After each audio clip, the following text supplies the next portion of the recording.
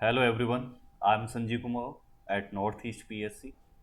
जैसा हम continuous discussion कर रहे हैं ज्योग्राफी प्रीलिम्स के क्वेश्चंस का, जनरली यूपीएससी, स्टेट पीएससी और रिलीवेंट कॉम्पिटिटिव एग्जामिनेशन, आप किसी भी एग्जामिनेशन की तैयारी कर रहे हैं तो ये क्वेश्चन आपके लिए हाईली हेल्पफुल रहेंगे। और देखो, दो चीज़ें हमेशा याद रखो कभी भी कॉम्पिटिटिव एग्जामिनेशन की अगर तैयारी कर रहे हो।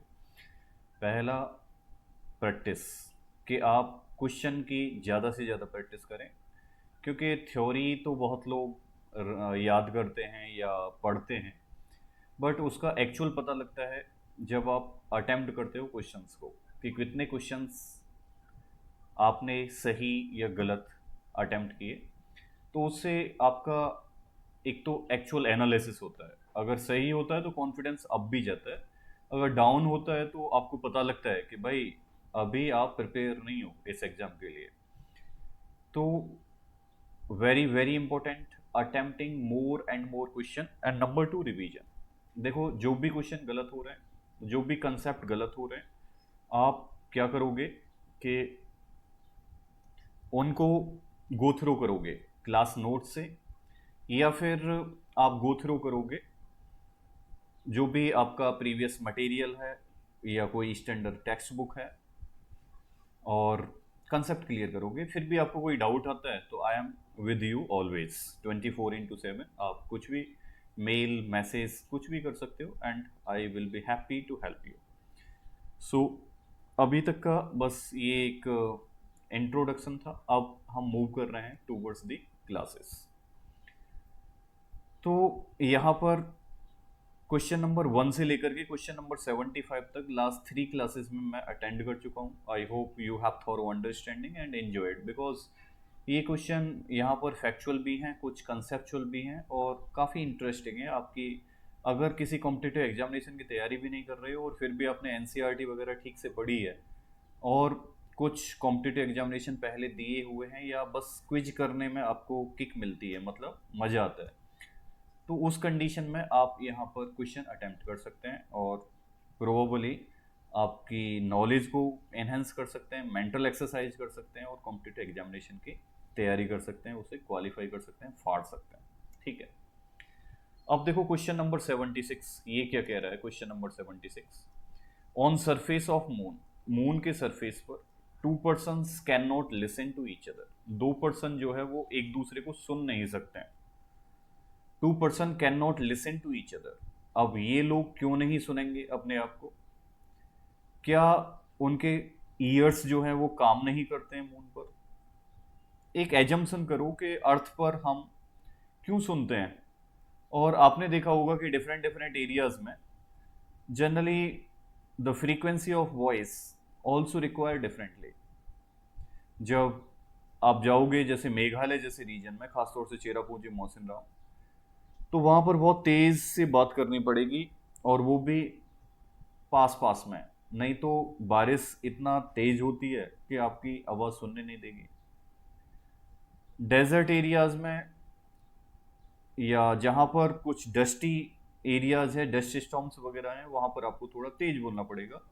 और जहाँ पर थोड़ी नमी है मौसम में, या लिटिल बिट मॉइस्ट आप देखते हो एयर है, तो वहाँ पर आप थोड़ा कम भी बोलोगे तो भी ज़्यादा बेहतर सुनाई देगा। जनरली हमें जब थोड़ा बहुत बारिश होती है तो चाहे वो हॉर्न की आवाज़ हो या कोई बोलने की आवाज़ हो, थोड़ी ज़्यादा सुनाई देती है। तो अच्छा, किससे फ़र्क पड़ता है? क्या इसमें एटमॉस्फेयर का रोल होता है? क्या, क्यों हम स्पेस में सोनार वेव्स का इस्तेमाल नहीं करते हैं? क्यों हम डिफरेंट अदर मतलब रेडार पर डिपेंड करते हैं, इंफ्रारेड रेडिएशन पर डिपेंड होते हैं? रीजन है कि स्पेस में एटमॉस्फेयर नहीं होता है, तो वहां पर रेडार ही काम करेगा, सोनार तो काम नहीं करेगा। ठीक है, साउंड वेव वहां पर नहीं ट्रेवल कर पाएंगे क्योंकि मीडियम मिसिंग है। तो सिंपल सी बात है, आपने देखा होगा कि जैसे प्राइमरी वेव्स ऑफ अर्थक्वेक कैसे मूव करती हैं, साउंड वेव की तरह। तो साउंड वेव की जब मैं बोल रहा हूँ और आपके ईयर ड्रम पर ये साउंड या ये वेव्स वहाँ पर वाइब्रेशन क्रिएट कर रही हैं, सिग्नल प्रोवाइड कर रही हैं, तो कैसे मूव कर रही हैं? ये back and forth to and fro, देखो आगे पीछे मूव करती हैं। ऐसे मानो ये वेव्स हैं, तो यहां पर थोड़ा ज्यादा डेंस होंगी, यहां पर फिर कम डेंस हो सकती हैं, फिर बहुत ज्यादा डेंस हो सकती हैं। तो ये मूव करती हैं in the direction of propagation. फिर यहां पर हो सकता है कि थोड़ा वीक हो, तो यहां से ये पुश करेगा। यहां पर एक आपने कुछ भी ये वॉल्यूम यहां से क्रिएट किया, साउंड वेव इस डायरेक्शन में मूव कर रही है, और यहां पर आपका ईयर ड्रम है, ये ईयर है आपका, ठीक है। तो ये ईयर ड्रम पर जब फॉल होगी तो फिर हमें सिग्नल सुनाई देगा, हमारा ब्रेन उसको इंटरप्रेट करेगा कि इस तरह की साउंड है। तो ये आगे पीछे मूव करती है। क्यों मूव करती है? क्योंकि यहां पर एटमॉस्फेयर है। अगर एटमॉस्फेयर नहीं होगा तो ये नहीं मूव करेगी। तो on the surface of moon two person can not listen to each other because there is no atmosphere. वहां पर एटमोस्फियर नहीं है। ऐसा नहीं है कि ईयर काम करना बंद कर देते हैं, ईयर तो अपना काम करेंगे, लेकिन वहां तक सिग्नल पहुंचेगा नहीं, आपकी साउंड वेव पहुंचेगी नहीं। They wear special type of space suit. भाई देखो, special type of space suit इसलिए पहनते हैं क्योंकि वहाँ का जो इन्वायरमेंट है वो कंडक्टिव नहीं है। फिर उनको ऑक्सीजन सिलेंडर वगैरह से और टेम्परेचर से plus outer you know unpredicted weather condition से प्रोटेक्ट करने के लिए उनके पास यही है कि स्पेस सूट पहनो, स्पेस सूट पहनो, ताकि आपका ब्लड प्रेशर वगैरह और सारी चीज़ें मेंटेन रहे। अगर वहाँ पर मानो काफ़ी कुछ एटमॉस्फेरिक प्रेशर है नहीं, जब एटमॉस्फेरिक प्रेशर नहीं है तो क्या होगा, आपके नोज से, ईयर से, आईज से ब्लड निकलना स्टार्ट हो जाएगा। कभी कभी ऐसा प्लेन वाले में भी देखा गया है कि गलती से जो कॉकपिट जो प्लेन पायलट है वो भूल गया एटमॉस्फेरिक प्रेशर मेंटेन करना, या उसमें कह सकते हो कि एयर प्रेशर मेंटेन करना वो भूल गया। तो कुछ देर बाद जो पैसेंजर्स थे वो पैनिक होने लगे और देखा कि लोगों के ईयर से ब्लड आ रहा है, नोज से ब्लड आ रहा है। तो इमीडिएटली फिर उसको एयर प्रेशर को ऑन किया गया, फिर लोगों को थोड़ा ग्रेजुअली रिलीफ मिला। तो कहने का मतलब ये है कि एटमॉस्फेयर एक इंपॉर्टेंट रोल प्ले करता है। If no atmosphere no sound, मतलब साउंड वेव मूव ही नहीं करेगी। तो आप किसी भी प्लेनेट पर जाइए, कहीं भी जाइए, जब तक एटमॉस्फेयर नहीं होगा तब तक साउंड वेव ट्रेवल नहीं करेगी। I hope it is clear. तो करेक्ट आंसर बी हेयर। अब देखते हैं हम 77 क्वेश्चन पर। When does a lunar eclipse occur? अब लूनार इक्लिप्स आपने पढ़ा होगा, नहीं तो कॉम्प्रिहेंसिवली मैं डिस्कस करता हूं विद इन द क्लासेस। यहां पर आप सन ले सकते हैं, इट इज सन। अब बीच में यहां पर ये आपकी अर्थ हो गई और यहां पर ये मून हो गया। तो अब देखो, इक्लिप्स का मतलब क्या होता है? छाया। इस इक्लिप्स का मतलब है शैडो। देखो, जब तीन सेलेस्टियल बॉडी एक स्ट्रेट लाइन में हो, जब तीन सेलेस्टियल बॉडी एक स्ट्रेट लाइन में हो, तो एक सेलेस्टियल बॉडी दूसरी सेलेस्टियल बॉडी पर शैडो कास्ट करती है। अब ये सारी स्ट्रेट लाइन में है, ठीक है। इसको बोलते हैं हम सीजीजी, इसको हम सीजीजी कंडीशन बोलते हैं, ठीक है। तो अब देखो, अर्थ की जो शैडो है वो मून पर फॉल होगी। अर्थ की शैडो मून पर फॉल होगी, मतलब यहां पर अगर हम इसको ऐसे एक्सटेंड करें कि ये सन रेज इस तरीके से जा रही है, ठीक है, इस तरीके से हमारी सन रेज जा रही है। अब ये फिगर क्यों बना रहा हूं? क्योंकि आगे बहुत सारे क्वेश्चंस इसी तरीके से आने वाले हैं। तो देखो, यहां पर ये कंडीशन कौन सी है? जल्दी गाइस बताइए। न्यू मून की है, फुल मून की है, हाफ मून की है, पहला क्वार्टर है, थर्ड क्वार्टर है, कौन सा ये पोजीशन है? देखो, मून के 8 फेज होते हैं। जब यहां मून होता है तो इसको बोला जाता है न्यू मून।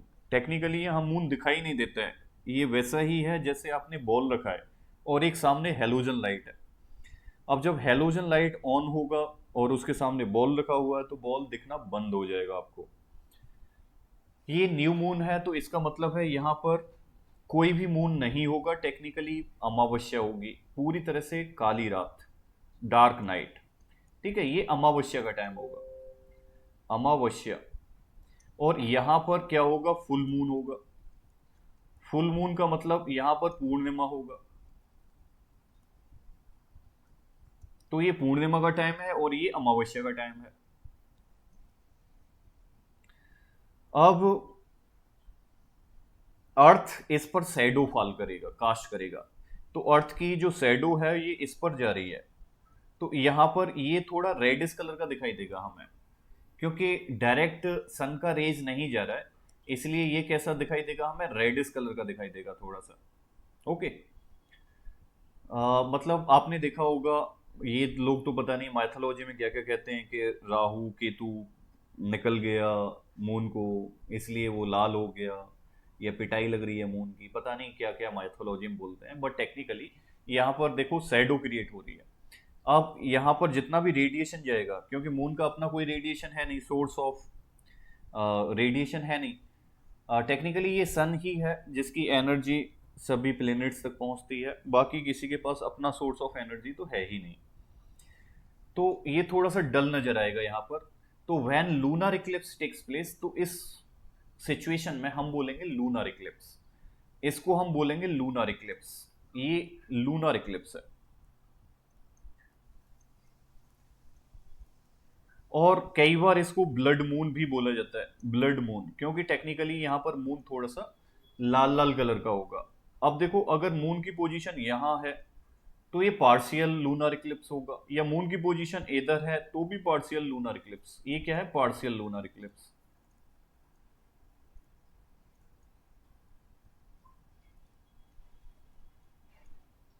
और जब मून यहां पर है तो ये न्यू मून होगा।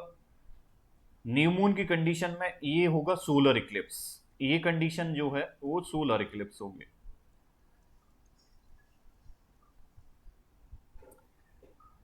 तो आई आई होप गाइस, मैंने इस क्वेश्चन के माध्यम से आपको एक फिगर बना करके सारी चीज क्लियर बता दी।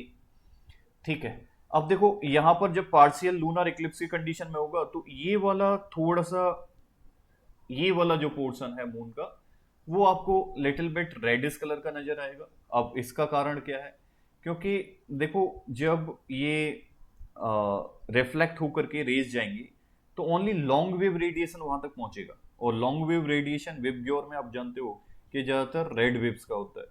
ठीक है, विबग्योर में। ठीक है, तो आंसर क्या होगा guys, when earth comes between sun and moon. तो earth comes between sun and moon is the correct answer. Answer B is the correct one, या option B is correct answer. चलिए, अब हम आगे बढ़ते हैं नेक्स्ट क्वेश्चन पर। तो lunar Eclipse is caused when, lunar Eclipse कब अकर होता है। अभी अभी बताया है। आई होप एवरीवन हियर जो भी क्लास अटेंड कर रहा है पूरी तरह से करेक्ट इसको अटेंड कर सकता है विदाउट एनी डाउट। तो earth comes between sun and moon, ये लूनर इक्लिप्स है when earth comes between sun and moon, यही लूनर इक्लिप्स है, earth comes between sun and moon. ठीक है, तो correct answer is B here again. अब देखो, in which situation lunar eclipse occur, lunar eclipse किस situation में अकर होगा, तो भाई फुल मून है ये।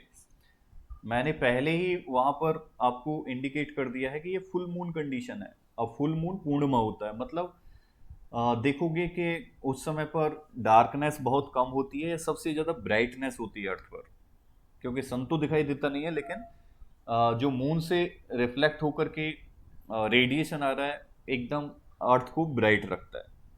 ठीक है, तो ऑप्शन सी यहां पर करेक्ट होगा। अब 80 देखिए यहां पर, the main condition responsible for greater brightness of the moon, moon के ग्रेटर ब्राइटनेस के लिए ऑन फुल मून डे। तो full moon day greater brightness, आपने सुपर मून वगैरह सुना होगा कि ये क्या होता है। देखो, सुपर मून का फिनोमेना होता है कि मून जो है आपको ब्राइटर दिखेगा, मून ब्राइटर दिखेगा, और मून कैसा दिखेगा, लार्जर दिखेगा, थोड़ा बड़ा दिखाई देगा आपको। तो ये कब अकर होगा, यहां पर जनरली दिसंबर में तो ये पेरिजी की कंडीशन में देखो दूर तो नहीं होगा। मून तभी आपको बड़ा दिखाई देगा जब मून पास में होगा, और पास में जनरली आपकी पेरिजी कंडीशन में होगा यहाँ पर।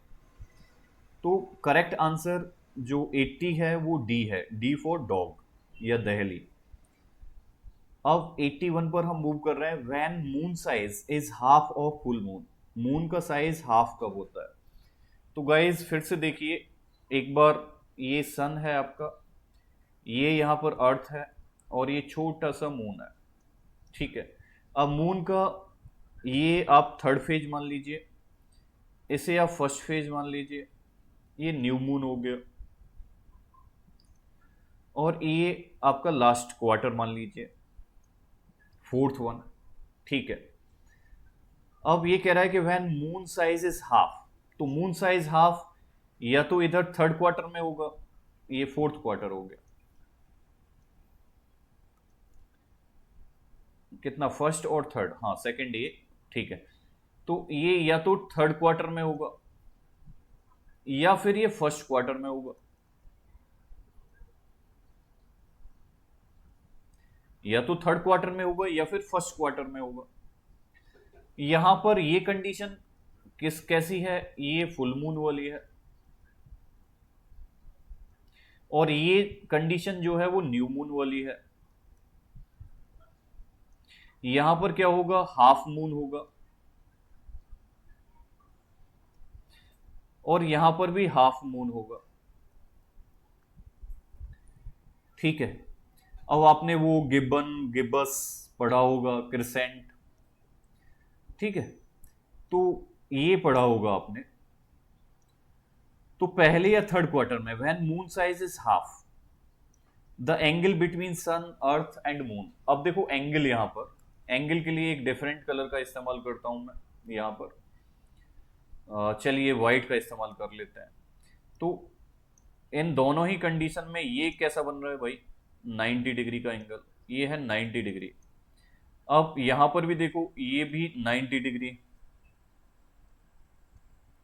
तो ये करेक्ट आंसर है इसका 90 degree. When moon size is half of full moon, the angle between sun earth and moon is 90 degree. तो I think everybody has attempted it correctly. अब देखो ऑड वन इसमें से आइडेंटिफाई करना है आपको कि which one is odd one. Odd का मतलब है कि तीनों से थोड़ा भिन्न है। तो पढ़ते हैं पहले, मार्स है, मरकरी है, मून है, अर्थ है। अब देखो ये जो तीन हैं ये क्या हैं, मार्स, मरकरी और अर्थ, ये प्लेनेट हैं। प्लेनेट क्या होता है, मैंने भाई तीन कंडीशन बताई थी आपको। पहला, एक स्फेरॉइड बॉडी होगी आकाश में। दूसरा कंडीशन में था कि वो एक स्टार के चारों तरफ घूमेगा, और तीसरा था कि उसका मास अच्छा होगा ताकि वो कोई भी अगर डिस्टरबेंस या कोई भी ऑब्जेक्ट आता है स्पेस में तो उसको या तो अपने में इंक्लूड कर लेगा या बाहर फेंक देगा। विदाउट डिस्टरबेंस ये परफेक्टली मूव करता रहेगा अपनी एक्सिस के अकॉर्डिंग और रिवॉल्व करता रहेगा अराउंड द स्टार। तो ये सारे हैं प्लेनेट। मून क्या है, मून है एक नेचुरल सैटेलाइट ऑफ अर्थ। तो ये है नेचुरल सैटेलाइट ऑफ अर्थ। तो इसका करेक्ट आंसर क्या होगा guys, just tell me, it is moon, C, option C is correct one. अब इसमें देखते हैं कि which of the following is not a planet, इसमें से कौन सा प्लेनेट नहीं है। तो भाई अभी अभी किया है हमने। देखो प्लेनेट का ऑर्डर वगैरह याद करने के लिए, टोटल प्लेनेट्स याद करने के लिए आपको बताया होगा। फिर से मैं एक बार एक्रोबैट को मेंशन कर देता हूं, जैसे माई वेरी एजुकेटेड मदर, ये हमेशा याद रखो आप।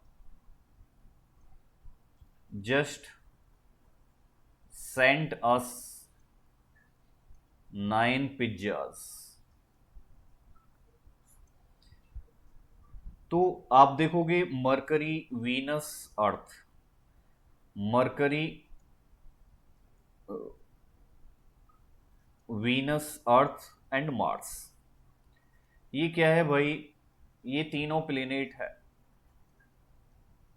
क्या प्लेनेट नहीं है, बहुत सबसे लॉलीपॉप क्वेश्चन, सबसे easy question, answer A is correct here. अब देखो यहां पर मैं अटेम्प्ट करते हैं, यूपी पीएससी का क्वेश्चन है ये, प्लेनेट। तो my very educated mother just sent us 9 pizzas.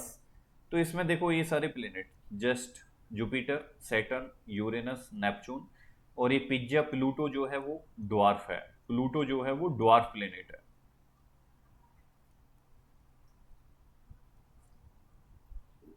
It is dwarf planet. तो मैच दी फॉलोइंग, अब प्लेनेट देखो तो यूरेनस, सैटेलाइट देखो तो मून, कॉमेट देखो तो हेली, आर्टिफिशियल स्पेसक्राफ्ट देखो तो मैरिनर। तो भाई पहले का 2, दूसरे का 1, सी का 4 और डी का 3।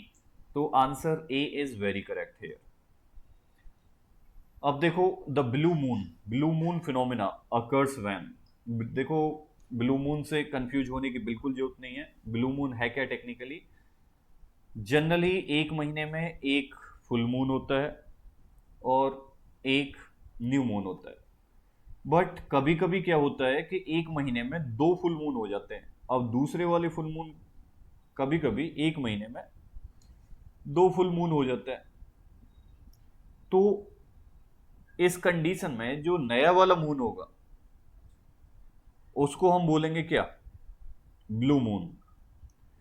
तो देखो 2 full moons occur in same month, क्या ये है ऑप्शन ए। दूसरा पढ़ते हैं, 4 full moon appear in 2 consecutive month in same calendar. देखो 4 मून तो पॉसिबल बिल्कुल भी नहीं है, कोइंसिडेंटल भी ऐसा नहीं हो सकता है। आप जानते हो rotation and revolution of the moon. 2 full moon appear in same month thrice in a calendar, या नन ऑफ दी एबव। तो ऑप्शन ए और सी में ज्यादा जो क्लोज नजर आ रहा है वो ऑप्शन ए नजर आ रहा है। अब यहां पर डी में क्या प्रॉब्लम है, सी में क्या प्रॉब्लम है, थ्राइस इन अ कैलेंडर। तो यहां पर ये वाला प्रॉब्लम है, बाकी तो वो सेम ही है, जैसा पहला है वैसा सेम है। ठीक है, ऑप्शन ए इज करेक्ट। अब क्वेश्चन नंबर 87 को देखते हैं, when any object is taken from the earth to the moon. अगर अर्थ से कोई मून की तरफ ले जाता है तो क्या होगा, वेट घट जाएगा, बढ़ जाएगा, कोई भी चेंज नहीं होगा और बिकम टोटली वेटलेस। तो हम जानते हैं कि जो ग्रेविटेशनल फोर्स है, gravitational force over moon is equal to 1/6 of earth. ये अर्थ का 1/6 है। The gravitational force over the moon is 1/6 of earth. तो वेट जो है वो डिक्रीज हो जाएगा यहां पर। Option B will be very correct here. The distance between moon and earth, अब देखो यहां पर कितना है, 364, 300 या 446 या 350। तो डिस्टेंस बिटवीन मून एंड अर्थ देखो कुछ ऐसा याद रखो कि लगभग 1 साल के बराबर है। उसको थोड़ा 1000 किलोमीटर में करना है आपको। तो 364,000 किलोमीटर, ऐसे एक रफ आइडिया मतलब ऐसे सुएट कर सकते हो। और मैं तो ऐसे याद रखता हूं इसको कि 1 साल 1000, 1 ईयर 1000 किलोमीटर। ठीक है, ये हमारी मून से अर्थ की डिस्टेंस है। ठीक है, और मैं सन से अर्थ की डिस्टेंस पहले ही बता चुका हूं, ये सारे कई सारे क्वेश्चन कर चुका हूं। अब क्वेश्चन नंबर 89 पर आते हैं। A country by sending its Selene means selenological and engineering explorer in the orbit of the moon become the first country in Asia. तो एशिया की पहली कंट्री बन गई। The country which achieve this fame is, क्या Japan है, China है, India है, पाकिस्तान है। तो गाइस जल्दी से बताइए, जापान ही कर सकता है। क्यों, तो जापान है। अब क्वेश्चन नंबर 90 की तरफ मूव करते हैं। The group of small piece of rock revolving around the sun between orbit of Mars and Jupiter. तो जैसे ये आपका सन है, अब इसके चारों तरफ क्या है, ये डिफरेंट डिफरेंट प्लेनेट रिवॉल्व कर रहे हैं। यस, ओके, ठीक है। तो मरकरी, वीनस, मार्स, जुपिटर, ठीक है, सैटर्न, यूरेनस, नेपच्यून।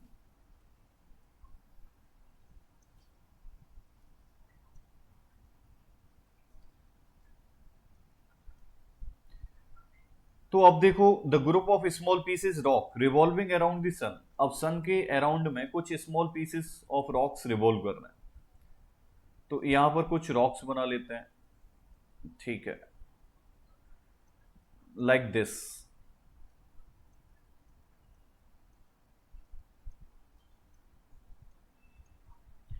तो ये पीसेस ऑफ रॉक हैं गाइस, जो हमें सबसे ज्यादा देखने को मिलते हैं बिटवीन मार्स एंड जुपिटर। देखो, मार्स और जुपिटर के बीच में, खासतौर से जुपिटर काफी बड़ा है तो इससे मटेरियल डिटैच होता रहता है। तो इनको हम क्या बोलते हैं guys? Asteroid. The group of small pieces of rocks revolving around the sun between orbit of Mars and Jupiter are called as asteroid. Option D is very correct here. अब अगले क्वेश्चन पर चलते हैं। Consider the following statement regarding asteroid. तो asteroid हमने अभी पढ़ा है कि एस्ट्रॉइड जो है वो रॉकी डेब्रिस होते हैं of varying size orbiting the sun. तो बिल्कुल करेक्ट स्टेटमेंट है कि ये छोटे छोटे पत्थर होते हैं जो सन के चारों तरफ घूमते रहते हैं। The most of the asteroids are small but have diameter as large as 1000 kilometre. तो ज्यादातर स्मॉल होते हैं, लेकिन इतना भी स्मॉल नहीं होते हैं, काफी बड़े होते हैं एस्ट्रॉइड। देखते हैं थर्ड वाला। The orbit of asteroid lies between orbit of Jupiter and Saturn. Orbit of Jupiter and Saturn, क्या ऐसा है कि orbit of asteroid lies between orbit of Jupiter and Saturn? No, Jupiter और मार्स तो हो सकता था। तो देखो, तीन तीन तीन, तो वैसे भी आपके पास सिर्फ दो ही बचा, दो ही बचा, ठीक है। तो option C will be correct here. Now 92 पर जाते हैं। The asteroid are small celestial bodies in the solar system which are found between the planet Mars and Jupiter. You know very well, ये हम पहले ही फिगर से या question से understand कर चुके हैं, तो इसमें आपका बिल्कुल भी कोई भी डाउट नहीं होना चाहिए, ठीक है। अब आगे हम मूव करते हैं नेक्स्ट क्वेश्चन की तरफ। 93, ये यूपीएससी का क्वेश्चन है, लेकिन कोई नहीं, यूपीएससी का भले ही क्वेश्चन है, रिलीवेंट तो है, बिल्कुल सिंपल बेसिक इंफॉर्मेशन से। तो गाइज, हमेशा एफ्रेड होने की जरूरत नहीं है, आप काम रहिए और क्वेश्चन अटेम्प्ट कीजिए। बस आप बेसिक फैक्ट्स, बेसिक कंसेप्ट को अच्छे से पकड़ के रखिए। तो चाहे यूपीएससी हो या कोई भी पीएससी हो, सबके क्वेश्चन अटेम्प्ट होंगे। What is the difference between asteroid and comet? Asteroid और कॉमेट के बीच में क्या कुछ अंतर है? तो एस्ट्रॉइड जो है वो स्मॉल रॉकी प्लेनेटॉइड हैं। एस्ट्रॉइड जो है वो छोटे छोटे रॉकी प्लेनेटॉइड हैं, मतलब कह सकते हो कि प्लेनेट के साइज के ही हैं, थोड़ा सा कम है, छोटे हैं। While comets are formed from frozen gases held together by rocky and metallic material। तो इसमें कोई प्रॉब्लम नहीं है, ये थोड़ा दूर मिलते हैं हमारे जो कॉमेट्स हैं, और वो फ्रोजन रहते हैं, गैसेज होती हैं, रॉक या डेब्रिस डस्ट पार्टिकल्स होते हैं। तो वेरी करेक्ट स्टेटमेंट। अब सेकंड पढ़ते हैं कि asteroids are found mostly between orbit of Jupiter and Mars. यहां तक तो ये स्टेटमेंट पूरी तरह से करेक्ट है कि asteroids are found mostly between orbit of Jupiter and Mars. यहां पर सबसे ज्यादा हमने chain of asteroids find out की हुई है। While comets are found mostly between Venus and Mercury. तो वीनस और मरकरी के बीच में ये एस्ट्रॉइड यहां पर पॉसिबल नहीं है, तो हाफ ऑफ द स्टेटमेंट यहां पर गड़बड़ हो गया है। आधा स्टेटमेंट सही है, तो ये पूरा ही स्टेटमेंट गलत होगा फिर। नाउ जब आपने देखा कि दो एलिमिनेट हो गया और एक यहां से सही हो गया है, तो without any doubt option D होगा, ऑप्शन बी होगा, बी फॉर बॉम्बे। आप थ्री को पढ़िए या मत पढ़िए, आपका आंसर जो है वो बी ही होगा। अब फिर भी पढ़ लेते हैं आपकी संतुष्टि के लिए। Comets show a perceptible glowing tail while asteroids do not. Asteroid ऐसा टेल शो नहीं करते हैं क्योंकि एस्ट्रॉइड रॉकी सरफेस के होते हैं, और ये कॉमेट्स जो होते हैं वो फ्रोजन होते हैं। अब जैसे जैसे ये सन की तरफ बढ़ते हैं तो क्या होता है कि वाटर जो आइस है वो मेल्ट होना स्टार्ट हो जाती है और वाटर इवेपोरेट हो जाता है। तो ये टेक्निकली ग्लोइंग टेल्स डेवलप करते हैं। तो कॉमेट्स जो हैं उनकी एक यूनिक करेक्टरिस्टिक है, वो है टेल। अब देखो फिर से क्वेश्चन आया टेल वाला।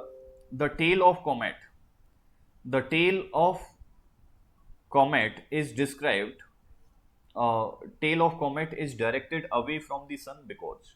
मैंने ऑलरेडी इस क्वेश्चन का आंसर दे दिया। ये यूपीएससी का क्वेश्चन है लेकिन बड़ा लॉजिकल और सिंपल क्वेश्चन है। तो hope all you guys can attempt it very correctly without any problem. फिर भी पढ़ लेते हैं हम ऑप्शंस को। As the comet rotate around the sun, जैसे कॉमेट रोटेट होते हैं around the sun, the lighter mass of the comet is pushed away due to centrifugal force alone. तो ऐसा कोई सेंट्रिफ्यूगल वाला फोर्स का कंसेप्ट या वो नहीं है, छोड़ दे इसको, गलत कर देते हैं। एज द कॉमेट रोटेट, जैसे कॉमेट रोटेट करते हैं, the lighter mass of comet is attracted by some star situated in direction of its tail. तो ये भी फर्जी वाला वेग स्टेटमेंट है। अगर आपके पास बेसिक इंफॉर्मेशन है तो ये पूरी तरह से बकवास स्टेटमेंट है। मतलब ऑप्शंस नंबर ए और ऑप्शंस बी। अब सी को देखो, the radiation emitted by the sun exert a radial pressure on the comet throwing its tail away from the sun.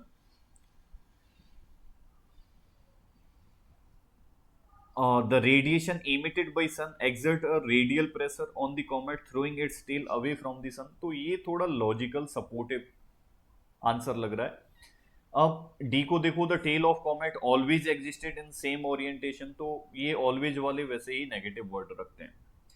तो हम गाइज यहाँ पर सी ही ऑप्शन करेक्ट अटेम्प्ट करते हैं। अब देखो 95 को देखते हैं। हेलिबोप इज द नेम ऑफ, तो हम कॉमेट की बात कर रहे हैं तो ये भी आंसर कॉमेट ही होगा। Cartoon character international company toy. हालांकि इसमें देखो अगर आपको जानकारी है तो वेल एंड गुड, वरना प्रिडिक्ट करना थोड़ा डिफिकल्ट है, लेकिन उतना ही इजी है क्योंकि ये चैप्टर कॉमेट से रिलेटेड है, एस्ट्रॉइड से रिलेटेड है। तो आंसर क्या होगा भाई, कॉमेट होगा। विद विच प्लेनेट कम सोई मेकर लेबी कोलाइड। तो सोई मेकर लेबी किससे कोलाइड किया? सोई मेकर लेबी कोलाइड करेगा तो किसी बड़े प्लेनेट से करेगा, और आपको आइडिया होगा कि सबसे बड़ा सबसे हैवी प्लेनेट हमने ये लास्ट क्लास में डिस्कस किया था, तो guys it will be Jupiter. ये जुपिटर होगा। तो correct answer here is C. अब देखो 97 को डिस्कस करते हैं कि मिट्योर्स क्या है। मिट्योर्स क्या है? अब मिट्योर्स को कभी कभी शूटिंग स्टार बोला जाता है। शूटिंग स्टार, पुच्छल तारा बोल सकते हैं, टूटता हुआ तारा बोल सकते हैं, ठीक है, उल्का पिंड बोल सकते हो। तो इस तरह के नाम हैं मीटियोर्स के। तो मीटियोर्स ऐसे समझो कि कोई आकाश से पत्थर गिर रहा है, जनरली वो एस्ट्रॉइड या कॉमेट होगा। अब ये जब मूव कर रहा है नीचे की तरफ, तो फिर ये हवा में क्या होने लगता है, बर्न होने लगता है, पर्टिकुलरली मीजोस्फीयर में। इसका मतलब है कि लगभग 50 से 80 किलोमीटर के आसपास की रेंज में above the earth surface oxygen की प्रेजेंस में जो स्टोन है, जो फॉलिंग ऑब्जेक्ट है, वो बर्न होने लगता है। और बर्न होने से हमें एक टूटता हुआ तारा, शूटिंग स्टार या मीटियोर्स का एक्सपीरियंस होता है। जब भी कोई ऐसा शूटिंग स्टार फॉल होता है टूवर्ड्स द अर्थ, तो हमें नोटिस होता है कि शायद हमारे पड़ोस वाले घर में गिरा होगा। मॉर्निंग में जाते हैं, पड़ोसी से इंक्वायर करते हैं, तो वो कहता है कि इधर तो कोई तारा नहीं आया, इधर तो कोई शूटिंग स्टार नहीं आया। तो टेक्निकली ज़्यादातर ये मीटियोर्स जो है वो स्पेस में ही बर्न हो जाते हैं। इनके दो कारण है। Shooting star generally burn out, कह सकते हो ये rock in the space burn out. Completely due to, अब बताइए गैस कीजिए क्या क्या रीजन हो सकता है। इसका पहला रीजन है फ्रिक्शन, कि फ्रिक्शन बहुत ज्यादा लगता है, और दूसरा रीजन है प्रेजेंस ऑफ ऑक्सीजन। देखो उससे पहले मीजोस्फीयर से ऑक्सीजन वगैरह रहती नहीं है, हाइड्रोजन हीलियम या लाइट गैसेस या कोई भी गैसेस नहीं प्रेजेंट है, तो फिर बर्न तो होगा नहीं। बर्न कहां पर होगा, मीजोस्फीयर में बर्न होगा, क्योंकि ऑक्सीजन प्रेजेंट है, स्मॉल क्वांटिटी में है लेकिन है। फ्रिक्शन, फ्रिक्शन भी देखो कंटिन्यूसली लगता चला आ रहा है, तो ये कंप्लीटली बर्न आउट हो जाते हैं। और जो कंप्लीटली बर्न आउट नहीं होते हैं, जो हिट करते हैं अर्थ सरफेस को, the rock which hit earth surface,